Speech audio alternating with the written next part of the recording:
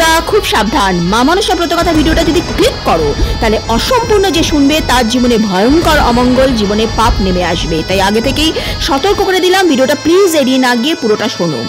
বণিক চাঁদ সদাগর ছিলেন অত্যন্ত অহংকারী, শুধুমাত্র তিনি শিব ভক্ত ছিলেন, কিন্তু মা মনসাকে তিনি মানতেন না। তিনি বলতেন, যে হাতে পুজি আমি দেব সুরপানি, সে হাতে না পুজিব যেন মুড়ি কানি। রুষ্ট হলেন দেবী মনসা, সাপের ছোবলে ছয় ছয় ছেলেকে পরপর নিয়ে নিলেন। শেষ সন্তান লক্ষিন্দর বিয়ের রাতে সাপের কামড়ে মারা গেল। পুত্রবধূ বেহুলা স্বামীকে ভেলায় তুলে নদীতে রওনা হলেন দেবীকে সন্তুষ্ট করতে। বেহুলার ভক্তি ও সাহসে মা মনসা প্রসন্ন হলেন। লক্ষিন্দর আবার জীবিত হলো, আর চাঁদ সদাগরও দেবীকে পুজো করতে শুরু করলেন। থেকে বাংলার ঘরে ঘরে পুজো হয়ে আসছে মনসা দেবী।